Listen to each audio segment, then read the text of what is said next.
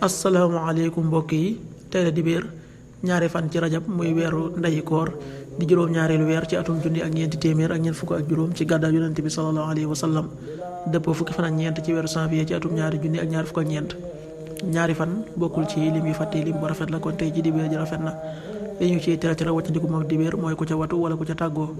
ñaanu bés bi maa ngi sàkku njéggalul yàlla mi aji màgg ji tey tuub dellu ci moom. astaghfirullah al azim wa atubu ilayhi astaghfirullah al azim wa atubu ilayhi. xadisu bis bi yonent bi sallallahu alayhi wa sallam nee na jaam bi bu nangoo bàkkaaram daal di koy tuub sunu borom dina ko jéggal. xadis bi Buxaari nettali na ko. qaala rasulullahi sallallahu alayhi wa sallam inna al abda ida atarafa bi dambihi summa taaba allahu alayhi rawahu Buxaari.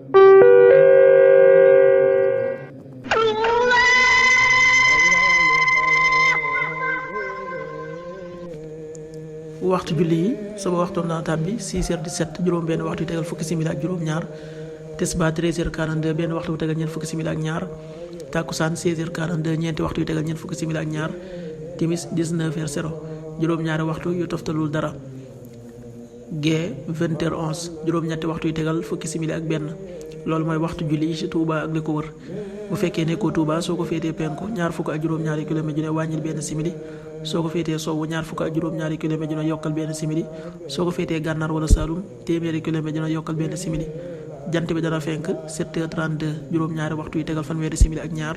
di soo 18h56 juróom benn waxtu yu tegal juróom fukki simili ak juróom benn. yàlla na nu yàlla nangul te nangul leen amin.